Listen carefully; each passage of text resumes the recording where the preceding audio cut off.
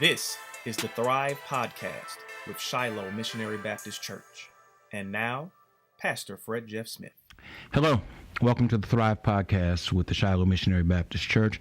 I'm Fred Jeff Smith, pastor of Shiloh, and I'm very happy that you are either listening on iTunes or viewing on YouTube this edition of the Thrive Podcast. We do encourage you to listen to the Thrive Podcast 5 days a week.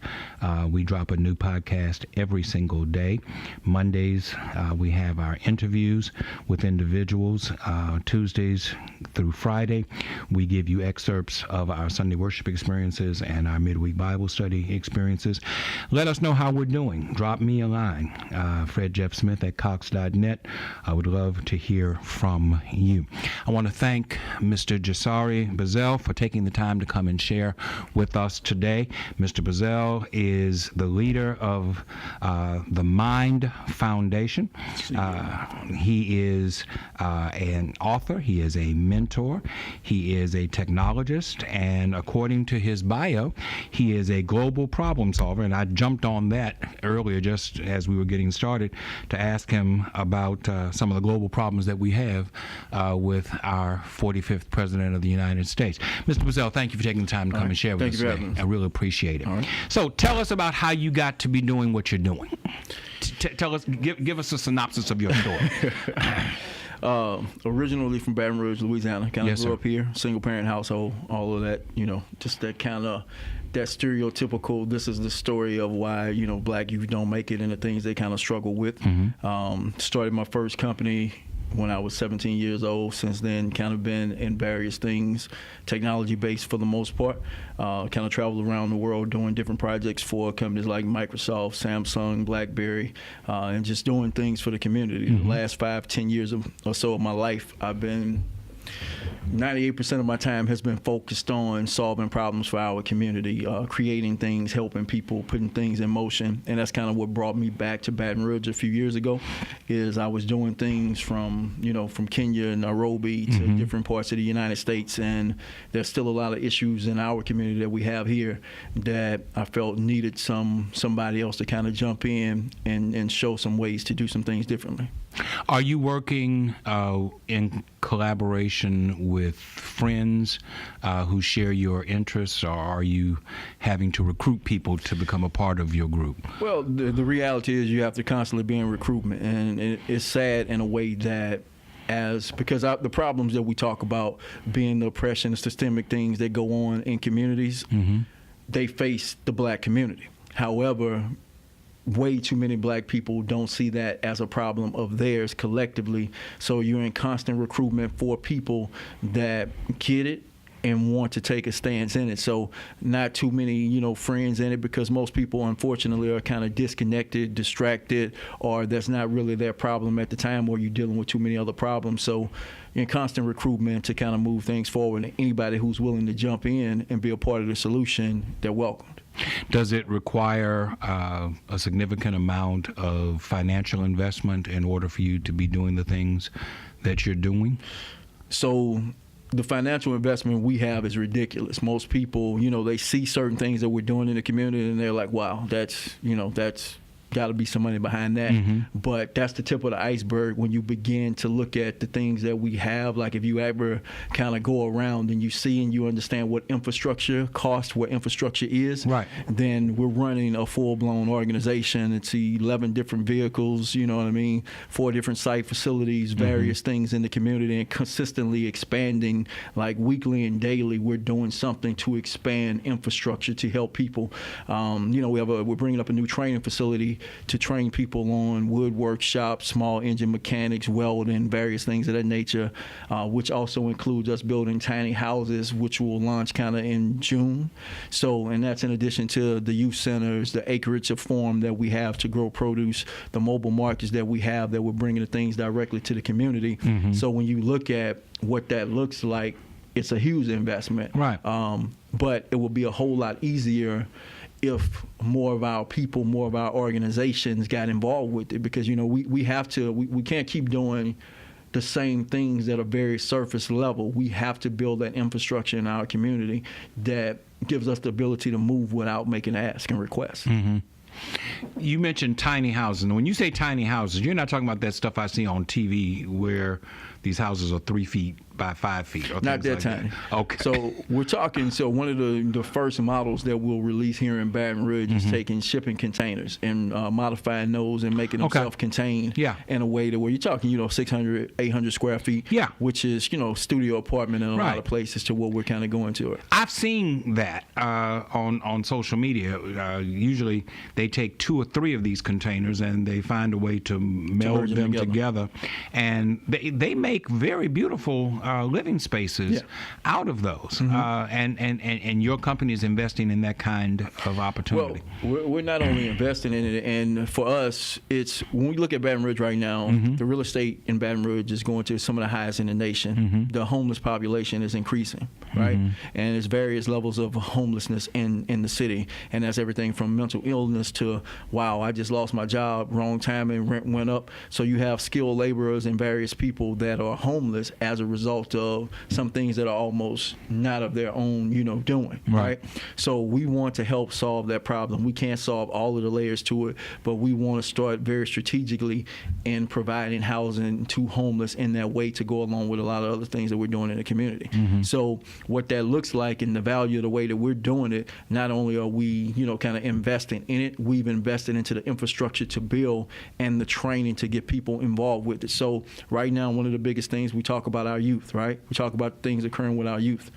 And when you look at it, what's really one of the main reasons? Access and opportunity. You don't have access to resources. You don't have opportunities to move forward, upward in life. So we have to create access and opportunity for you. So if I take you, I begin to train you on various things. Let's just say, for instance, I train you on how to do welding. That welding skill that you have, that electrical skill that we might train you in, that woodwork skill that we might train you in, we're going to use that to literally build community. So you may be building a tiny house, you may be repairing somebody's houses in the community as we do various things, but we're going to skill you in a way to use your skill, use your talents and your gift to build things that are productive for our communities. Okay.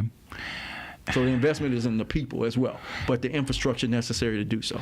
As a person who's on the ground at the forefront of doing this kind of work, what do you see as the major obstacles, the major pushback that you receive when you're trying to make this kind of investment? So it's a few things, and I think the main thing starts with mentality, right? So because there's a mind state that, one, it's new, it's innovative, it's not the status quo, it's not the way that things have been done, right? And the other is just the opposition of what solving problems look like.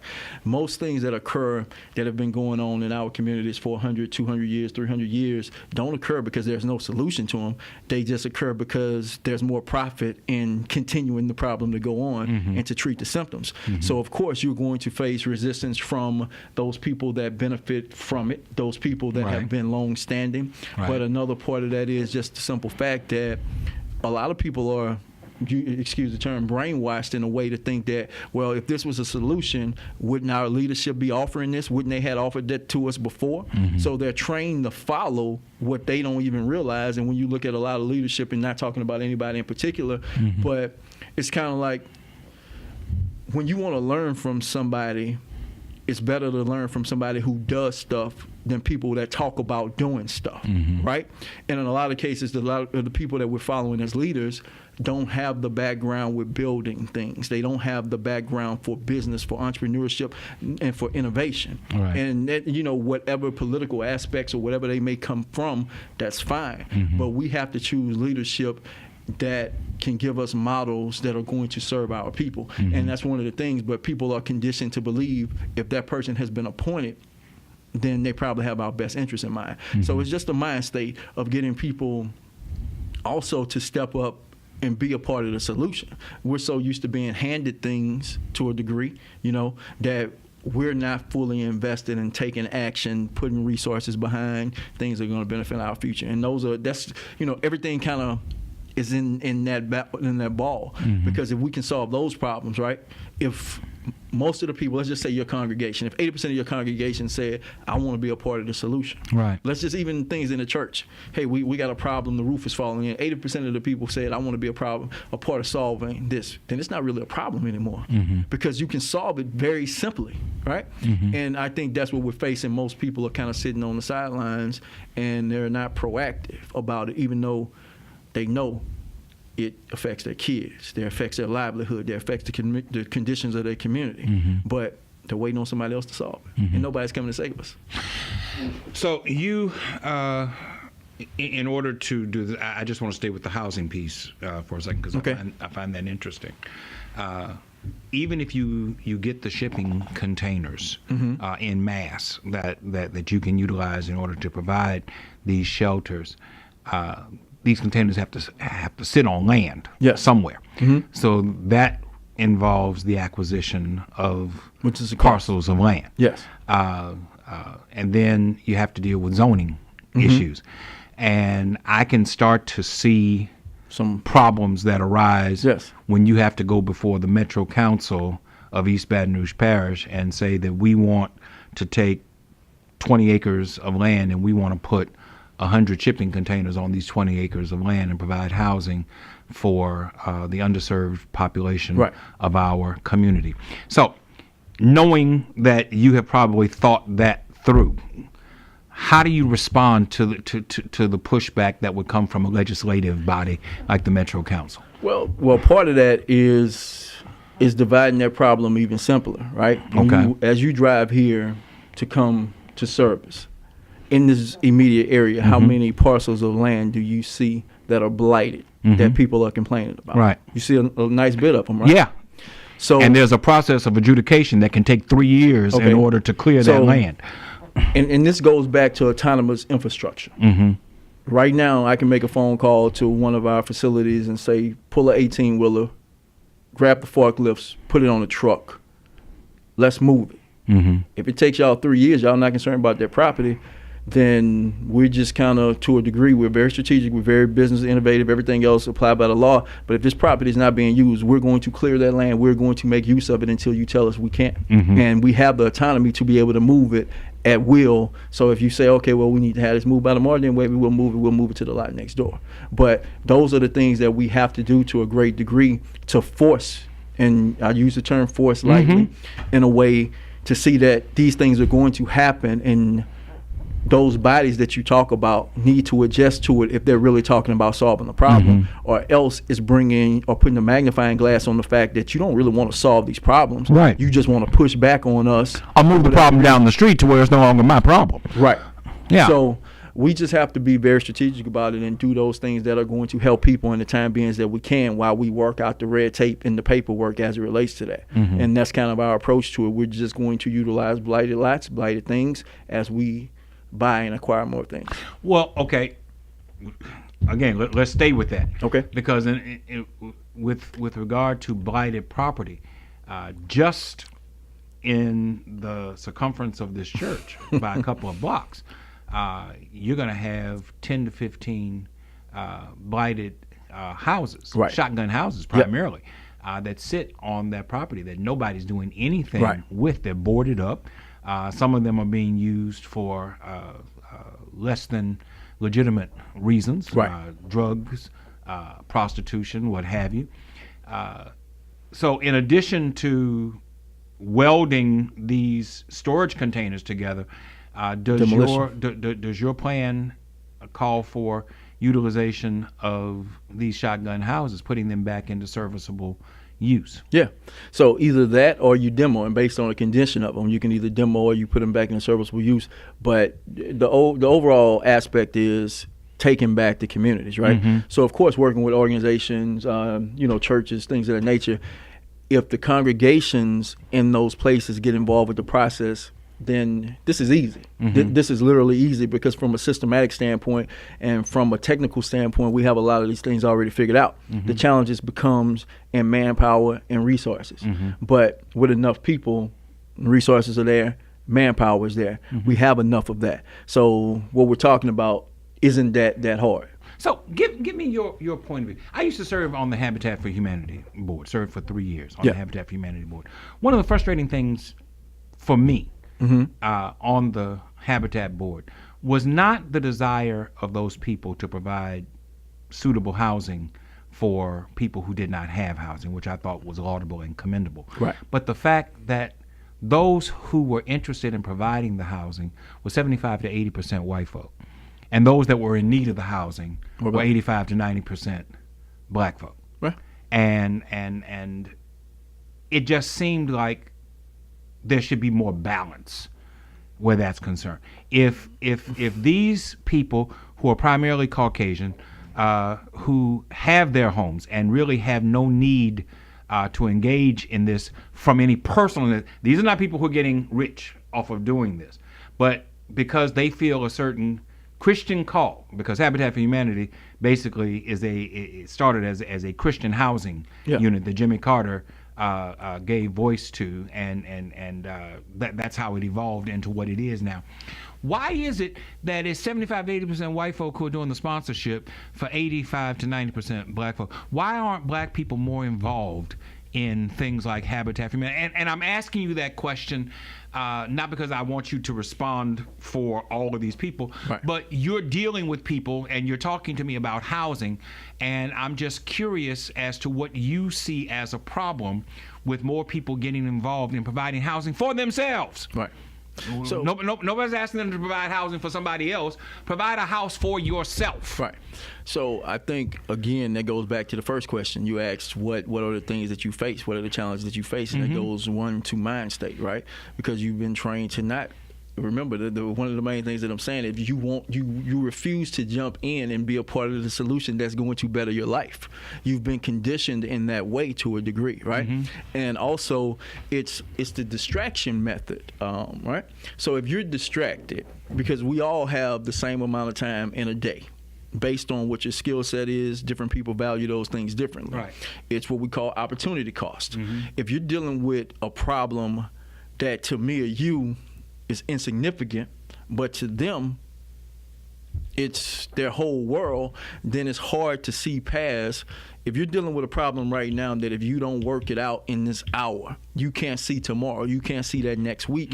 And a lot of our people are in that condition to where they can't see past the very present now to even begin to process and work through how that's going to affect or how that's going to do that. And again, to compare like other races of people, if you're sitting on savings, you're sitting on various other things, it's what is it, Maslow's hierarchies of need? Right. Are you familiar with that one? Self-actualization sits at the top. Yeah. At the top, after the very basic ones. That's right. And most people never get to that top. So you're dealing with food, you're dealing with shelter, you're dealing with those things. So, and I understand that it's hard for people to jump in to help it just based on that reality that they're distracted by needing to eat today. You know what I mean? Yeah. I think some of that has something to do with it. And as it relates to how you do it, some of it, and it's hard to speak in a general context, so understand that I'm speaking from a general context. I'm asking you more for your own experience, because you're out there on the ground, and I can imagine that you could get very easily frustrated to say to people, look, man, I'm trying to help you. So why don't you help me help you? But here's the challenge, though, right? For me, my frustration doesn't necessarily come from that layer of people. And when I say that layer of people, you may have, people that are sitting at the top of the food chain, quote unquote, that sit in leadership in various levels. And you have, blue collar workers. You have people that make $200,000 a year that are, pretty well to do or okay. And then you have people that are struggling $10,000 a year, not even sure how they're going to make life. Right.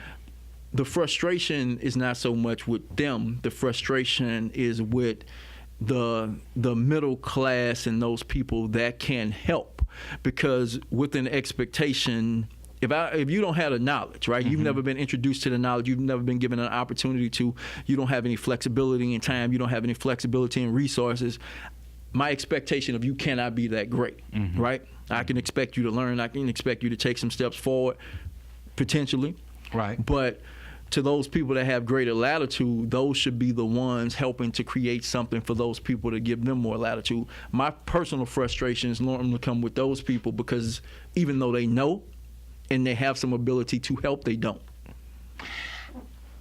I have a theory that the biggest problem in this country is not purely racial.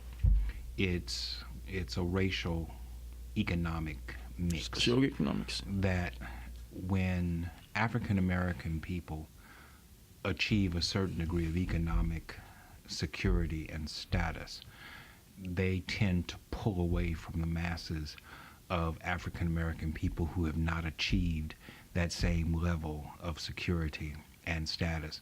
And they tend to act like non-African American people towards those people who they left behind, so that it's not purely a racial thing, it's an economics thing.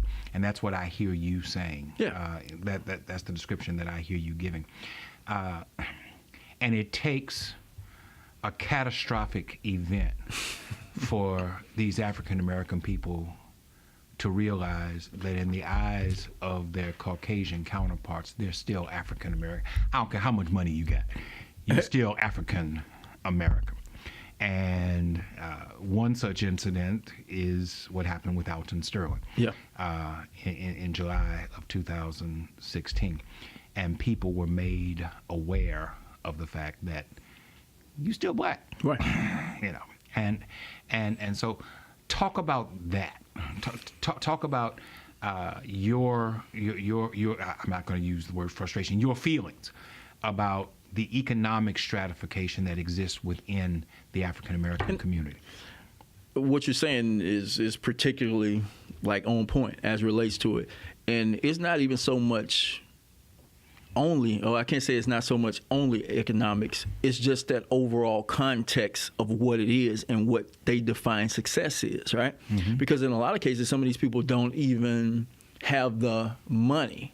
They may just have now that access to be around in a lot of cases, or what's the word I'm looking for?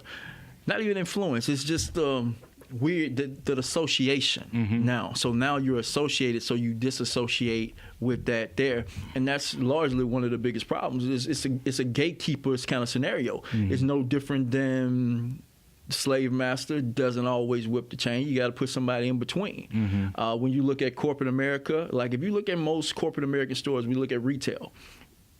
And when I say this to some people, they take it wrong, and I tend to try, and people are going to get mad about certain stuff, but if you look at the data and the stats on what it is, like we'll say, for instance, the black woman is the most educated woman in America. You got a lot of degrees. Degrees don't necessarily do anything to move our people forward. It's great for education, it's great paper, and anybody that wants to do that, you're fine to do it, but it comes with a lot of debt. It doesn't come with anything directly of value in all cases. It can, but it does not equate to value for our communities and for our people.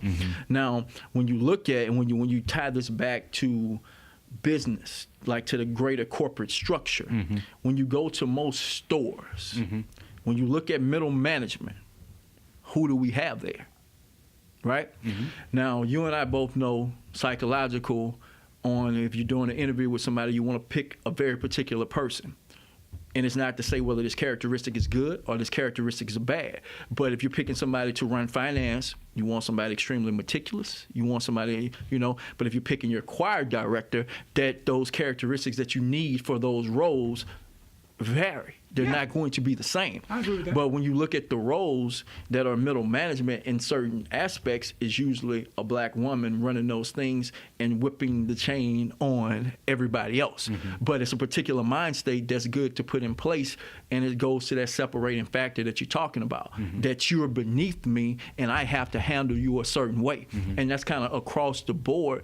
And when you're picking certain people to have certain roles, so that it's not the white person doing it. It's one of your own people that's doing it to you. So, but that's just one instance. But it's a whole lot of things that go into it, and it's just a mentality overall that needs to be solved with understanding that collectively that you're still going to be that until we as a people have a different level of power at the table. So then how do we shift back to what once was before forced desegregation? How do we shift back to becoming our own entrepreneurs as opposed to being satisfied with being a part of someone else's corporate structure? That's culture, and that culture we have to make. And one of the things some years ago is I did an ask of a lot of churches in 2005, 2007, that we pool resources together collectively and begin to build infrastructure, right? Mm-hmm. And the building of the infrastructure allows us to invest into culture, because right now, like most of us have grown up with parents saying, you want to succeed? Go to college, right. Finish school, go to college, get a good job, right. Retire. Right. Right? Work the same job for 30 years. But who you working for? Yeah. And these days, people of your generation, I'm assuming that you're in your mid-30s. I'm probably older, but okay. Well, I'm 57, so I know that you're at least one generation removed from where I am. People of succeeding generations behind mine, aren't interested in working the same job for 30 years. Well, it's not even there. The options aren't even there anymore. They'll work 3 years here, and as soon as they see something over there, they're going to go over there. They don't mind having 5, 6, maybe even 7 jobs over their lifetime. Whereas people of my generation and people who were ahead of me thought that the best thing in the world was to get a good job, rise up to mid-level management, make a 6-figure income, get a good retirement policy, have a good insurance policy. Those who were of a certain mind to take risk invested in real estate. Mm-hmm. But those who were not interested in taking that kind of risk invested in insurance. Yeah. To make sure that when they die, their spouses and their children were taken care of. What happened to the entrepreneurship that typified and characterized African Americans of the late 19th up to the mid 20th century? So you have a kind of a complexity of things going on, like you said. So at one point, like you said, there was, because you grew up in Baton Rouge, you think right. Everybody grew up. Well, some of the better things you can do is go get the Exxon job, go work in the plant, but it was guaranteed, and your retirement was guaranteed. All of these things are guaranteed. And when you begin to look at things like globalization, technology, various things of that nature, even change the dynamics of the way these companies set up structure, the way they set up retirement plans, a lot of those things don't exist like they did anymore, right? So it's not guaranteed that even if you work for this company for 40 years and you're supposed to retire at 40, they may fire you at 38 at this point to ensure that those things don't happen, right? You bring in technology into the aspect of it, you're kind of skimming that down, and the globalization of it, you have investment to where it used to be primarily local, regional, and then national. You have, think about some of the plants that have moved into Louisiana in the last 10 years. Those are Chinese invested plants. So from a resource allocation standpoint, these things look differently. I'm not trying to have you vested into this structure. I just need worker bees. And you don't have many other options. So what are you going to do? Are you going to go do something else? No, you have to almost hop around to whatever their best offer is at that time. So, and because you don't have the infrastructure created on this side, you don't have anywhere else to go. And it goes back to, again, the training and the mentality. At some point, we stopped doing the very basics of things, from jobs, from construction to, agriculture, to all of these things, and we decided that we were too good for those things, because the idea of success that was planted in us is to get away from those things, and as you say, get into these other places to where you get these degrees, you go work for these companies. So we basically unsuited ourselves by saying, here's ideas of success, right? To be able to wear the suit, to be able to go to these places. But it left us without that base level of infrastructure that was needed. But I'm not sure that it's just about. I'm not saying just. I agree with you, but I wouldn't say just at all. But I don't think that it's just about wearing the suit. I think it's about security. My father pastored this church for 50 years. My father believed in insurance. He didn't invest in real estate. Right. He thought that was too risky a venture. He did not want to get sick and not be able to go to the doctor or to the hospital. He did not want to get sick and die and not be able to leave something for his children. And so he took every spare dollar that he could and he put it in insurance. Right. Security. Right. Other people I know that they're members of this church who have taken their dollars and they have invested in real estate. They have houses that they rent out, and that's a sizable supplemental income for them. They might work other jobs. Some of them are in government. Some of them are in the plants. Right. But they take their residual dollars, their excess dollars, not residual, their excess dollars, and they invest it in real estate. And they're willing to take a little bit more risk. Right. A little bit more but risk. Again, it's all designed to make sure that I achieve a certain comfort level for me and mine. Only. At some point, we stopped thinking about the needs of the larger community. Yes. And we have focused ourselves on our needs, our immediate needs.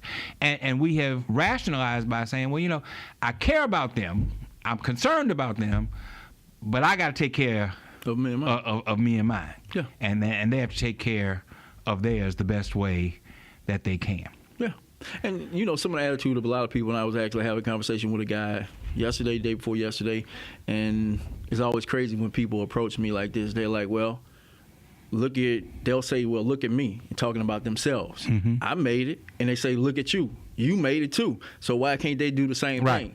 And to hear, black men say that, to me, is often extremely frustrating because I know what I had to go through to make it, and I know how many other people that I grew up with that didn't make it, even from a living standpoint to being in jail or to just struggling across the board. Right. So it's not like it's guaranteed. It's not that if I just kind of coast through, I was going to make it. I had to be 1,000 times better at everything exponentially to be able to achieve what I've achieved. Right. You know what I mean? So that for me is a big thing to where it's I don't want other people to have to do what I did to make it to where I want to get to. And I think that's one of the biggest differences when we talk about culture, to being able to stand on the shoulders.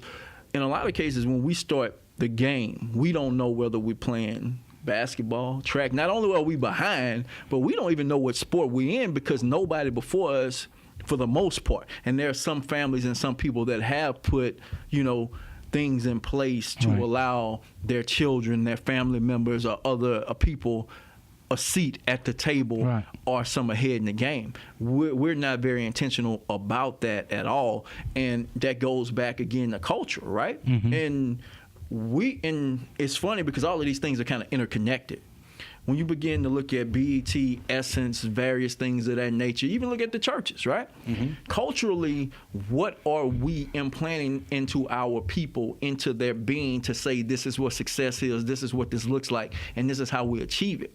We don't control most of the channels, most of the media, most of the messaging that go into our brains to have us go a certain way. We don't even control the education. So the knowledge of what was, what currently is, and what needs to be that's first implanted into our kids, we have no control over. And when they begin to watch TV, the music, and everything else that goes into it, it's shifting them and programming them a certain way that's anti-themselves, and it's telling them me, and nothing about a collective. But it goes back to culture, and that culture also goes back to spending, right? Because there was a point in time that when we talk about segregation, integration, we had to spend with us, and our communities were doing pretty well. So why could we not integrate and yet still spend with one another? Because you're strategic.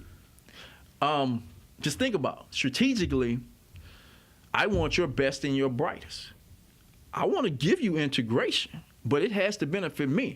So I need to extract I don't want the bottom of your barrel. I want the top of your what barrel. You're describing is not integration. You're describing assimilation. And that's what we had. And that's an entirely different thing. But that's what happened. Our integration led to assimilation across the board. Our best just think about HBCUs. Right. Are our best and our brightest going to HBCUs? Not anymore. Right. Yeah. You're extracting the best, and even when you begin to look at corporate diversity, you look at technology diversity, you look at all of these inclusion programs, you take the best and the brightest and you take the ideas. We can even go back to things like Habitat for Humanity, NGOs, non-governmental organizations, non-profit organizations. In a lot of cases, when these people come to our communities, they're leveraging a middleman, which is usually somebody black, to get that insight, to get that finger on the pulse that they need to craft it in a way that it works for them. But it's going to benefit them in some way. But you have to get the smart Negro. You have to get the one who understands the people but can, code switch enough. But now you have to convert them out of their communities into the other side. And across the board, that's normal now.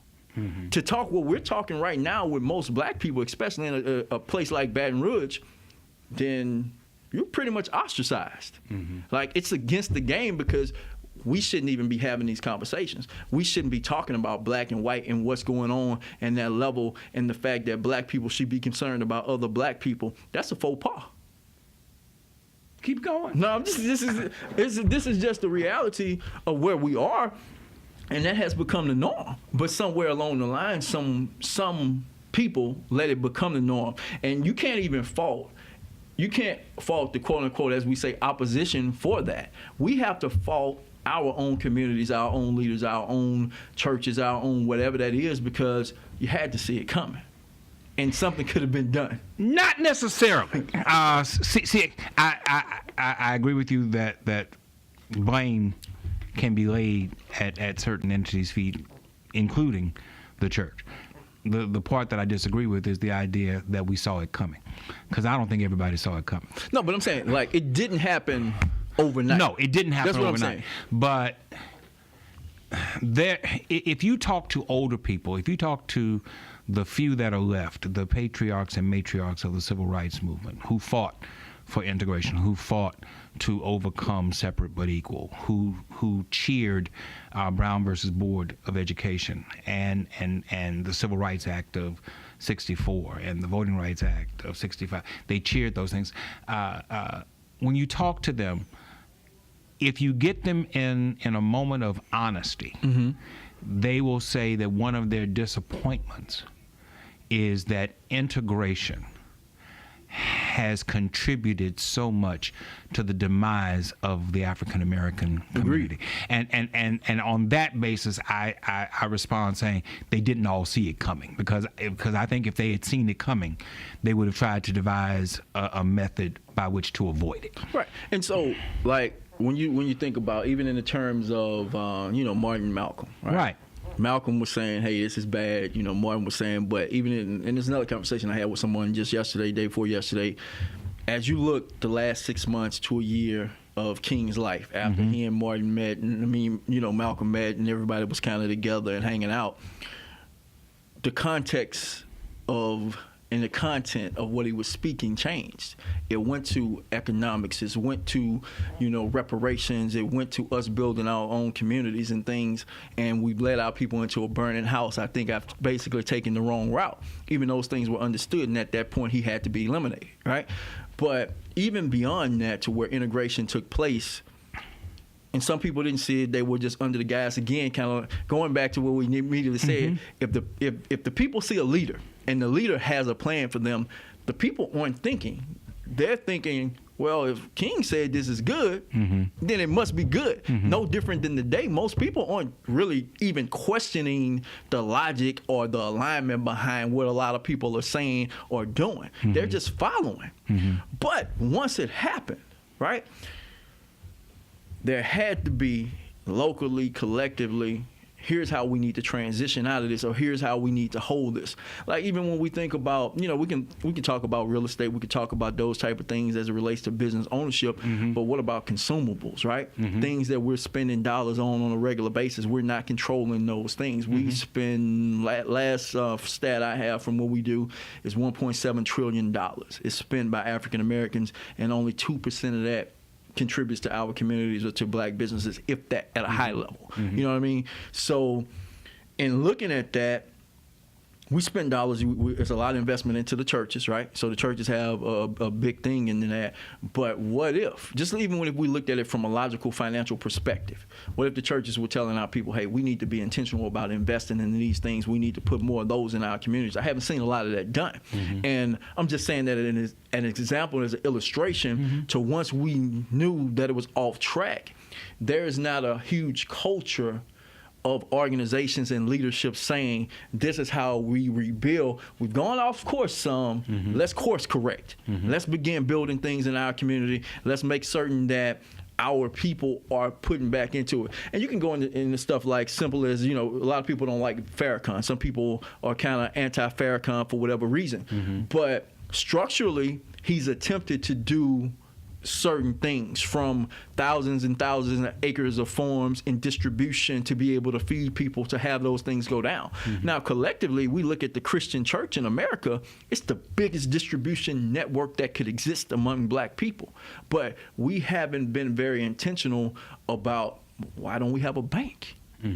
Because even think about it, right now, where do our churches every Sunday take money to deposit? And are they lending that money back to our communities whose dollars they're getting?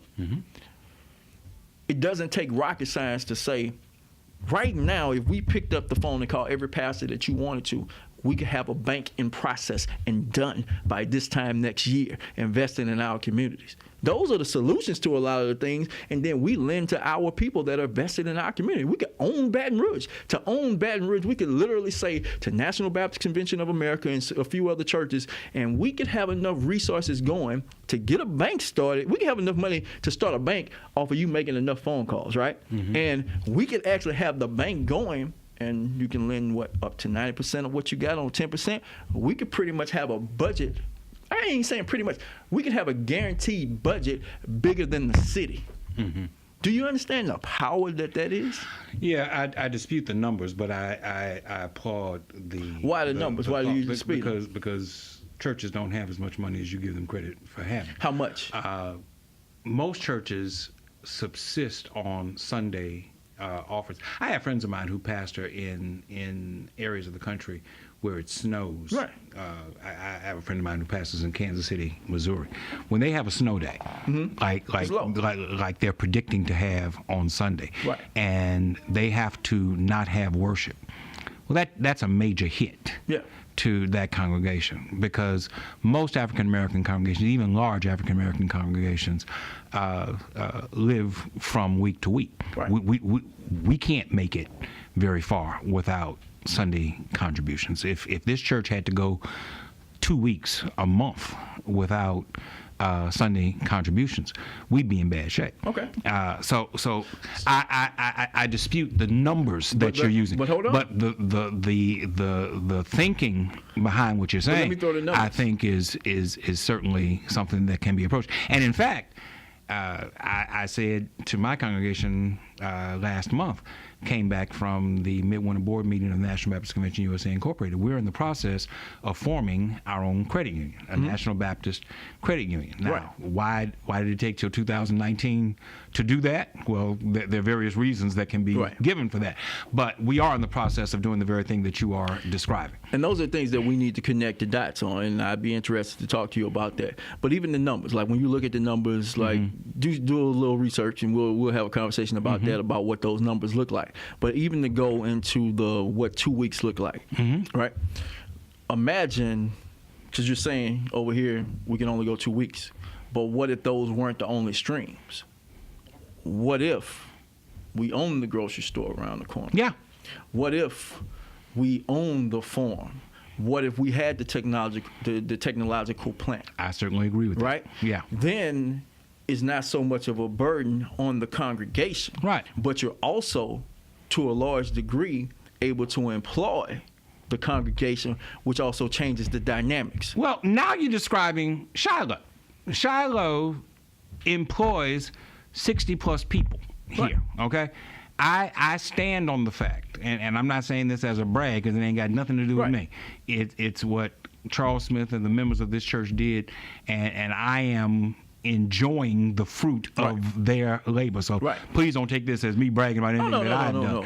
But Shiloh is the largest minority employer in the city of Baton Rouge. The largest minority employer in the city of Baton Rouge is a Black Baptist church. Right. And while that's laudable on one end, it's frightening on another. And I agree. Like, we're on the same page with that. And those are the things that until we work intentionally to change, we're not going to be in a good position to move the dynamics from a political level. We're not going to be in a good position to change the dynamics of what our communities look like. We have to be able to put innovative, creative ideas and business things into place that contribute to the fabric of society and contribute to the reality of our people and their livelihood. Once we're able to do that, then we're on the joystick. We're controlling the way that people move, because right now a lot of people are frightened because they still can't speak, they can't do what they want to do because you still got to report. Exactly. So we have to be able to. You ain't gonna speak out against ExxonMobil and ITEP when you work for ExxonMobil. There's only so far that you're willing to go. And in fact, when I say something against ExxonMobil, as I'm prone to do, I got members of my congregation that's like, wait a minute now, Pastor. Bro, Pastor. Yeah. You know, I ain't gonna get too many amens on that thing. Right. Because we have our heads in the lion's mouth. And that's a $10 million tax abatement for Exxon is a pimple on the backside of an elephant. Right. It means absolutely nothing. Right. But they want to act like the world is going to come to an end if we have to pay the city of Baton Rouge $10 million extra in taxes. And they sit up there and say, well, we might have to reevaluate whether or not we're going to stay in Baton Rouge. They've been here since 1923. They ain't going nowhere. But even beyond that, and that's what a lot of people, but that's again just a lack of understanding strategically about infrastructure. It's impossible for them to move that deal of infrastructure somewhere, and it would take them 30 years to do so. And where are you going to move it cost effectively at the price that you bought this land here 100 years ago? Yeah. You cannot do it. So that shouldn't even be considered in things like that. But that also kind of goes back to our community of a lot of those things when we start talking about gentrification and how things are done and homeless rates and everything else that kind of impacts it. We could be buying up enough of this land and keeping these organizations out of our communities to a great degree while we develop. We shouldn't always have to, even when you look at like right now the tax credits and the various things that they're putting in play for people to come in, and when you look at the numbers, and they only make sense to people that have a lot of money. Yes. The investment has to be into something that you're not concerned about this money.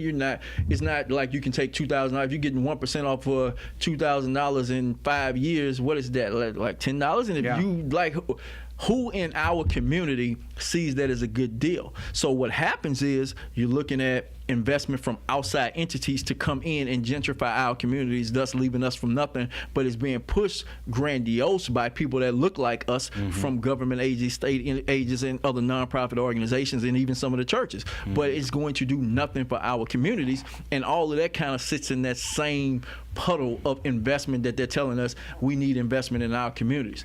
Our investment in our communities need to come from people that are vested, that live in our communities. That's the only way we're going to stop this, or you're going to look back in 5 years and wonder why we own absolutely nothing. Even when you look at South Baton Rouge, the connection between downtown and LSU, everything's going. Right? Yeah. And they're coming to get everything else as you move back. Windburn, right? You see different things that are taking place. Bow box signs start going up. You start seeing people wanting to do events over there. And again, kind of going back to what you said about Habitat for Humanity. You have all of these organizations that come in and do things that have great optics for the community, but they don't have a pulse on anything in the community. And what that brings is that brings attention, that brings something. And in a lot of cases, the organizations are being paid in some form or fashion to do the things that they're doing that doesn't benefit the community. And 5 years from now, the people that live there can't afford to live there anymore. But what can we do to stop that? We can invest in these communities and begin the infrastructure, at least to control the dynamics. So when you come in to invest in these communities, it's on our terms. At least 3 or 4 times over the course of this conversation, I've heard you mention the church. This is a church. Yes. I pastor a church. Yes. My life is in the church. Yes.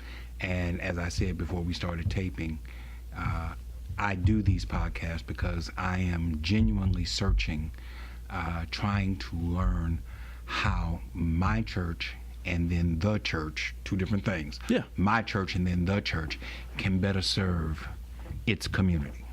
Shiloh has been in this community since 1872. We ain't going nowhere. Right. We want to not just be in the community, we want to be servants in the community. And part of that is learning how to meet the needs of the present age. I think we spend too much time as churches looking back at what once was and not looking forward at what is and what is to come. And so I use all of that preface, all that porch to get to this question. What's your attitude about the church, about the black church in general? Yes, sir. In general, it's failed our communities. Like in one sentence, it's failed our communities. Because the black church, from a program, and just from a mental programming aspect, has the credibility, right? That people will say, all right, the pastor said it, the church has said it, let me try this. Let's go this route. That alone, just the words alone, have not come from leadership as a whole with the plan to provide economic support to our communities, to provide training for our communities, or to even say, hey, here's some other ways that we could go, here's some things that we need to do. Now, beyond that, even a 10% investment collectively into various things across the board outside of, the church walls themselves would have a tremendous impact in our communities. We look at educational impact on various things. We complain about the school boards, the systems, and this is across the board in every That's okay. in every community. These are things, even New Orleans charter, systems, all of these things we complain about, but not a whole lot of churches in our communities have schools that are open to the people that live in the communities. So there's various things that could be done a little different, and there are various reasons for it, but we need to figure out a way to use the great mighty power, right, of our churches to serve our communities, as you're saying. I think a lot can be done. For whatever reason, it has not been done across the board. Some churches are doing great at it, as you said you guys are doing on the employment aspect of it, something there, and I hear other great things that you're doing in the community. We have to adopt those things intentionally. That has to be part of the fabric. We have to build people across the board. I tend to agree. I see that we have not done enough. Do you go to church? Currently, no. Okay. So as someone who does not go to church, but sounds like you might be open to returning to the church if the church gave you a reason to come back, let me ask you this question. What would the church have to do to get your attention? Well, they wouldn't have to, specifically, it's not about my attention, right?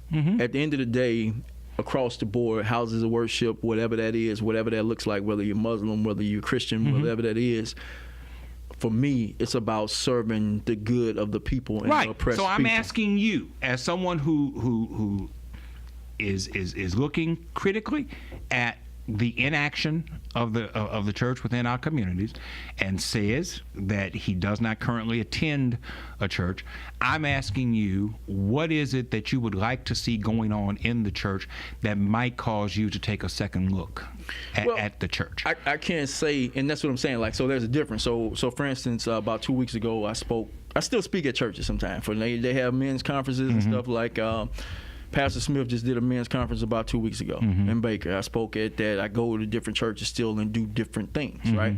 But it's not necessarily about me personally and whether or not I return to the church, because even if I'm not in church, I'm not, hey, let's not work with a church. So Pastor Flowers down on America Street, right? We did Very a good garden friend of at mine. his church. Yeah. You know what I mean? So it's various things.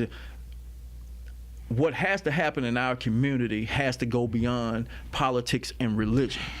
And I'm open to working with anybody. Okay, I don't want you to just work with the church. Okay. I want you to be a part of the church. And when you say a part? I want you to have membership in a church. I want you to be vested in a church. Are you a member of a fraternity? Nope. Are you a member of 100 Black Men or of a civic group? Nope. Okay. Then you might not be the best example of what I'm talking about. I'd rather not. but I see men and women who will vest Yes. their time, their talent, their treasure, their posterity into certain groups. Yes. Fraternities, sororities, civic groups, and again, my theory, and I think it has some validation. I can't prove it empirically, but I believe it has some validation. Yeah. Black folk, because of the lack of economic wealth that other groups, that white folk have. Okay. Quit trying to talk diplomatically. That white folk have. We're not a both and people. Right. We're an either or people. Right. Because we ain't got enough dollars to be both and. Right. We can't give to this and that. Right. We give to this or that. Right. So when fraternities and sororities and 100 Black Men and Jack and Jill get dollars and time from our people, that's dollars and time that the church will not get. And there has been a reduction in the ability of the church to do. Granted that even when you had the ability, you weren't doing enough. But there has been a reduction in the ability to do, because now those dollars are going in different places. Right. And that time is going in different places. And we're not going to spend 2 hours at Jack and Jill on Saturday and then get up and come to church at 8 o'clock on Sunday morning. We're going to do one or the other. We're not going to do both. So when I'm talking to you, right, I don't want you to come by the church. Right.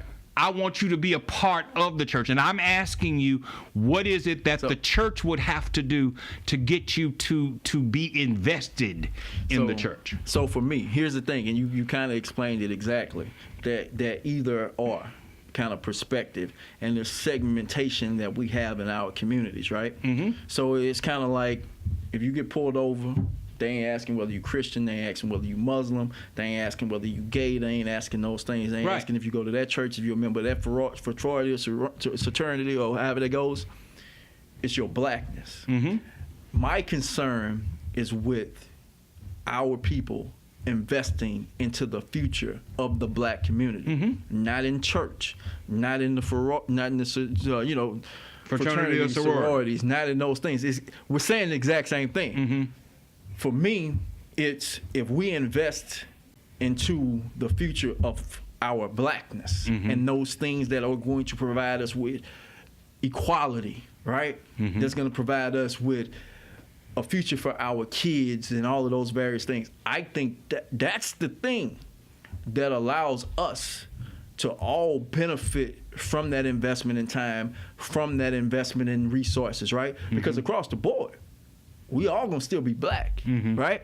Now, once you go down and you begin to look at the churches, you begin to look at these other things. But if we built inside of an infrastructure that was, we are unified on the fact that we're black and we're not going to be divided or segmented on, religious belief, or even whether you're Baptist or whether you're Methodist or my church is bigger than yours, or, mm-hmm, whatever those things are that basically cause us strife and cause us division, or political parties or whatever those things are. I think we need to have a coming together. And that's one of the things. And when you ask about what happened, right? What happened? When did we go astray?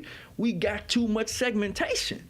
We became a people that everything is before you being black. But the segmentation was wrapped around economics. Or whatever. It wasn't necessarily wrapped around race. Race was a component of it. No, but it was wrapped around economics. Because in the neighborhood I grew up in, we talked before we started taping, I grew up in Southern Heights. I grew up in Southern Heights in the 60s and 70s. Right. And my neighbors were a cross-section of African American folk. I had school teachers, and I had college professors, and I had doctors, and I had lawyers, but I also had police officers, and I had security guards, and I had janitors, and I had mailmen.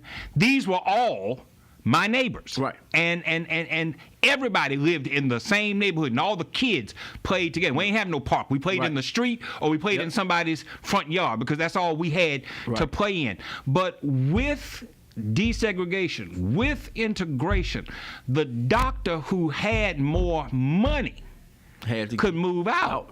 Yeah.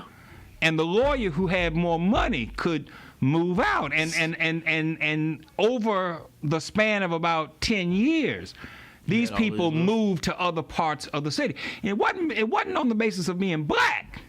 It was on the basis of having the money to move. Right. And what Southern Heights became was a neighborhood of people who used to be and those who were trapped. I would agree. Because they couldn't go anywhere else. So I 100% agree with what you're saying. But here's the thing.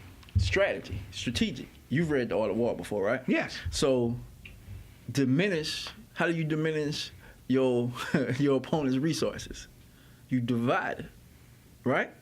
The easiest way for me to defeat you is for me to spread your resources in a way to where it doesn't matter. You got a bigger army than me, but y'all not together. They not even fighting. They don't even identify with the war.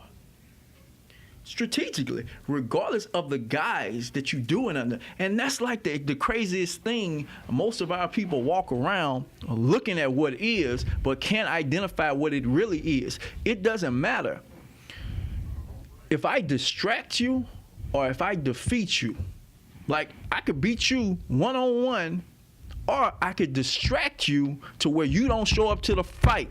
I still win. Mm-hmm. My goal is not to beat you in a fair fight, because they've never fought us fair. They've never fought us fair. Agree with that.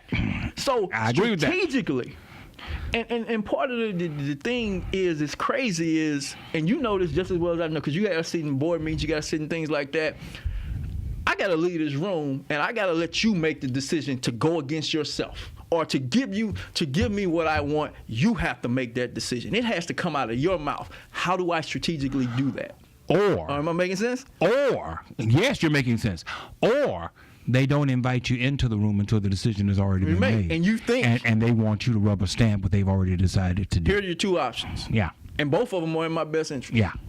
And essentially, once we begin to divide and segment, it's no different. Like we talk about, people say, why do we use the black fist, the fist on certain things? Because this is unification. Mm-hmm. Like, that ain't gonna hurt you much. Mm-hmm. You begin to pull these things together, you pull all of these digits together, and you got one fist. Mm-hmm. This is oppressed people working together to fight the oppressor. Mm-hmm. Once you begin to divide those things, mm-hmm. and it's separated, mm-hmm. and it's segmented, either segmented under, man, I can't join this because my leader over here, this fraternity say I can't do this. My church say I can't do this. My whatever say I can't do this. And then we left with nothing. Well, the NAACP say I can't do this. Well, 100 black men say I can't do this. They doing this over here. And so we literally, it's just like you're conditioned to battle against yourself, mm-hmm. and it's automatically set. Mm-hmm. It's automatically set. So, and that's why I say it has to be a unification under an end goal that collectively benefits our people. And we don't have that right now, because unfortunately, most organizations, because when you look at it, like even if you go in and you do a business plan, you do a loan or something, they want to know your organizational mission. They mm-hmm. want to know your statement. They want to know what you're for. Sure. And you can set all of these black organizations down at the table, and on none of them say they about the advancement of the real building for our people. Mm-hmm. How is that even possible? Mm-hmm. How does that even make sense? Well, I hear what you're saying, and I agree that there does need to be unity. I think where you and I would differ would be under what banner we unify. And when you say under what banner, what do you mean? I'm black, but I'm Christian, and my Christianity rises above my blackness. And see, and that's one of the things for me that every time I've ever been discriminated against, I've never been asked, "Are you Christian first?" Mm-hmm. Never, Mm-hmm. never, ever in my life. I don't know a single person that's black that they've asked, "What's your religious belief?" Mm-hmm. before they discriminate against you. Mm-hmm. Doesn't happen. Mm-hmm. And that's the thing that I don't understand, because it's no different than, Democrats, Republicans, where we're supposed to do this. It's still causing that divide. Because at the end of the day, like when it comes down to it, what your belief is, if there is one, that's fine. I did one time I did the what is it that Farrakhan does, the 100 Million Man March. I did that one a few years ago, mm-hmm. right? And I pulled up to the hotel at the time. I was traveling the world doing a bunch of stuff, so I have the highest level of travel with the Hilton hotels or whatever. Right. I left to go get some food. I'm coming back to the hotel, and it's a bunch of brothers outside in the parking lot. And I've already checked into my hotel, and I'm like, we get to talking. They're like, well, we can't check in. So I was like, all right, well, cool. I could probably get y'all checked in. They didn't tell me that they had an altercation with the front desk person, so they wouldn't let them check in. So I was like, all right, well, either way it go, I got access to the whole level lounge and all of that stuff. So bring everybody. We going to the lounge, right? Mm-hmm. So we ended up with like 10 brothers in the lounge, talking about building, talking about doing different stuff. About 2 hours later, we got about 30 brothers in the lounge. And we in the lounge eating food, chilling, hanging out, good conversations about building, what needs to be done. Somewhere into a conversation, religion comes up. Mm-hmm. And it was 50, it's 30 people, and it's 50 different conversations going on. Mm-hmm. Everybody talking over each other, everybody just, it's an argument. Before, it's like we're talking about building and real solutions for our community, mm-hmm. right? And then it was nothing. And they got this big round table in there. It's about from that wall to this wall, right? And it's a super heavy table. Mm-hmm. One guy in there, ex-convict, hadn't long been out of jail, big. I say, man, move the table for me. I say, everybody, just chill. I say, hold on. I say, move the table for me. He couldn't move it. Mm-hmm. I say, how about this? Everybody come here. Grab part of that table. I say, we need to move this table out here. Let's go. Pick the table up, moved it. Mm-hmm. Nothing. I say, all of that we talking about, from religion, what's better, what's all of the rest of that stuff, it don't matter. I just want to see this table get moved, mm-hmm. if that makes any sense. Because moving this table is the benefit to our people. Mm-hmm. Now, if you believe that and you believe that, yeah, we can have some conversation, intelligent dialogue about whatever that might be. But let's move the table. Mm-hmm. Let's move the table. I'm not trying to condemn whatever that might be. The most important thing for our people is that we work together. And this is my personal belief, mm-hmm. and it goes against, but history also shows that that we need to do something different. Mm-hmm. We need to work together to move the table, mm-hmm. right? And what's first, for me, I'm a black man first. Mm-hmm. You know what I mean? I know, and even when I was this close to preaching, I was still a black man first. Mm-hmm. You know what I mean? And that's what I'm going to be discriminated against. My son is going to be a black man. My daughter is going to be a black woman. And they're not going to ask on the grounds of Christianity or, whatever that might be. But I understand, and I think that's one of the things also that has done some great harm to us, because we can't get together. Well, it only does harm if you allow it to. But most have allowed it to. I can help you move the table and still be a Christian first. My being a Christian. But what if Christianity says you can't move the table? That's not Christianity. All right. Well, then that's what I'm saying. So, I'm fine with that. What you're describing is a form of Christianity that I would not agree with. I'm not a fundamentalist. I'm a Christian, right? But I'm not a fundamentalist. I'm not sitting here saying that Jewish people or Muslim people or atheist people, right, should be discriminated against. Right. I'm not saying that homosexual people or bisexual people should be discriminated against. I'm saying that I have a Christian belief that is the foundation of who I am. Right. And my blackness is funneled into my Christianity. Not my Christianity is funneled into my blackness. So and so for me, my being Christian does not deny me the responsibility, not just the willingness, the responsibility to help you move the table. And that's what I'm saying. That makes sense. Because that shouldn't come into effect to deter the responsibility that is needed for our communities. Yeah. And that's what I'm saying. So if we're building this table and everybody black benefits from this table, and over here, you may go worship over here on Sunday, but Right. the rest of the time, we're Right. building all of this. Right. That makes perfect sense to me, but that unfortunately it hasn't been that way, right? In a lot of cases, man, I'll give you an instance. When I came back here and we started doing stuff in the community, I used to get calls from pastors and stuff like that and from people, and they would talk about, man, we love what y'all doing in the community. We want to connect. We want to do this. And I would be clear on the front side. I say, hey, we're out here because there's anything. We don't do any title things. So we don't want nobody coming out, take pictures, do this type of stuff, whatever. We're out to help the people and build different things. We're not pushing Jesus. We're not pushing Allah. We're not pushing any of that. We're out here to tangibly build for the community. And I've had people tell me, well, if you ain't pushing Jesus, I don't want to deal with Right. Right. Like, if you ain't going to put people in the seats of my church, I don't want to do it. Right. Like, if it ain't Jesus first, then... So literally, you call me because you like the stuff that we doing in the community, what we doing for the people of the community, of where your church is and everything else, but... we can't work together because for them it is a denial of something that is integral to their personhood. And I'm going to challenge you. You didn't ask me to challenge you, and you can say go to hell, and that's okay.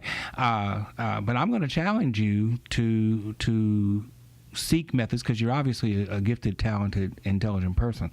Seek methods to include those people in spite of the fact because they are contributors too. They have something to contribute as well. No, I don't disagree with that. And they might be partisan in that. And you know, I have colleagues of mine who refuse to go to ecumenical functions because they're asked not to pray in the name of Jesus. And they say, well, that's a denial of my faith. I don't see it that way. Right. Jesus and I got a good relationship. And so he understands that if I'm in a room full of Jews and Muslims and Hindus, as I often am because I'm a part of the Interfaith Federation of Greater Baton Rouge, that I ain't dissing Jesus because I don't pray in the name of Jesus in that function. What I'm doing is showing respect for the other people that are in the room. All I'm saying is I want to show you respect as a person who has freely admitted my blackness comes before anything else. I want you to show me the same respect with regard to my Christianity. Yeah. You know, and we can help build the table. Right. I ain't got no problem helping you build the table. Right. You know, so I find this to be an interesting conversation, and I hope you come back. I don't say that too often. We've had several guests. Only 2 or 3 have made it back a second time. But if you have the time, I'd like to continue the conversation. Yeah, and we need to continue the building, like immediately on levels of things to get some stuff done. Yeah. Yeah, because that's normal. Even when he called me, well, I didn't know what it was about. I just been knowing him for a long time. Terrence is a pretty cool guy. Yeah, and he said, hey, I thank you. I was like, all right, cool. Yeah. Like, I'll come. But, you know, a lot of this stuff, I hadn't been doing a lot of media stuff for a while. Mm-hmm. Like, because in a lot of cases, it ends up fruitless. You know what I mean? Uh-huh. But I'm very intentional and kind of purposeful in everything and every connection. We need to be doing something, or we need to know that we ain't doing something. Right. You know what I mean? Just the fluff, because there's a lot of fluff that occurs in this day and age on people just talking because that's the culture. I understand. But everything should be done in a way that's going to present something exponentially to help somebody and to equip something to leave it better. Mm-hmm. And that's just kind of, you know, where I'm at. So always willing to connect with anybody that's about helping people, building, changing the dynamics of the game. And that's what we need to be better about, I think, because I don't think we're doing a great job at it. Some are better than others, but collectively it's just way too things are isolated, and we got too many clicks in what it should be, to a point to where we're going to provide something for the future in a way that this city alone is growing, and the state of America in general, we're not in a position to deal with what's coming down the pipeline. Mr. Basel, thank you so much for taking the time. Appreciate I really you, sir. appreciate it. All right. Thank you all for viewing. Thank you all for listening. We'll be back next time.